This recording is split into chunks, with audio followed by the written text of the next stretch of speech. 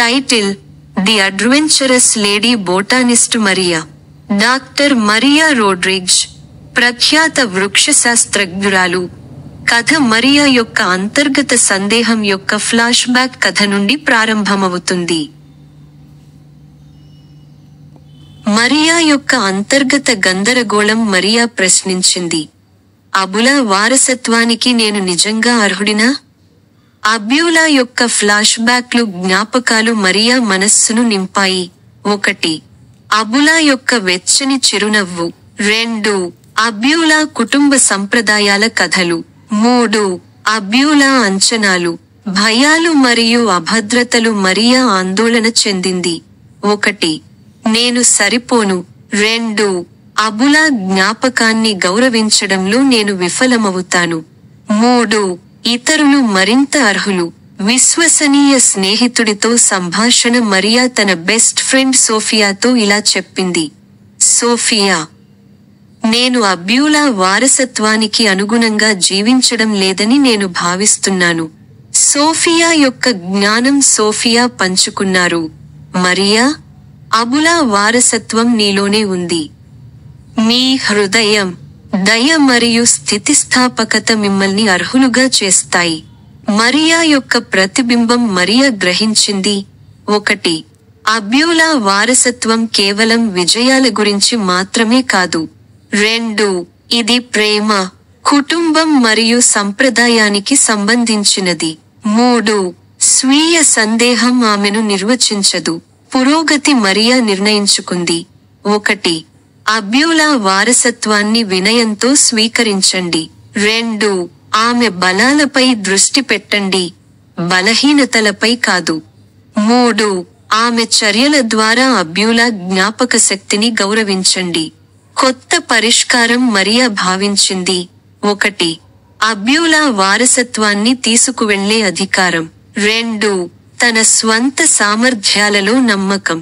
3. ఆమె వారసత్వానికి కనెక్ట్ చేయబడింది.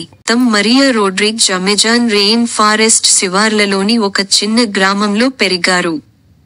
ఆమె అబ్యూలా అమ్మమ్మ, గౌరవనీయమైన వైద్యురాలు. ఆమెకు అడవిలోని ఔషధ మొక్కల గురించి మరియు సాంప్రదాయ జ్ఞానాన్ని కాపాడుకోవడం యొక్క ప్రాముఖ్యత గురించి బోధించారు. విషాదం మరియు ప్రేరణ. మరియా 16 సంవత్సరాల వయస్సులో ఉన్నప్పుడు ఆమె అబులా ఒక రహస్య వ్యాధితో అనారోగ్యానికి గురైంది. ఆమెను రక్షించడానికి నిరాశతో మారియా నివారణ కోసం అడవిని చుట్టుముట్టింది. ఆమె అసాధారణమైన వైద్యం లక్షణాలతో అరుదైన ఆర్చిడ్ను కనుగొంది. కానీ చాలా ఆలస్యం అయింది. ఆమె అబ్యూలా కన్నుమూసింది.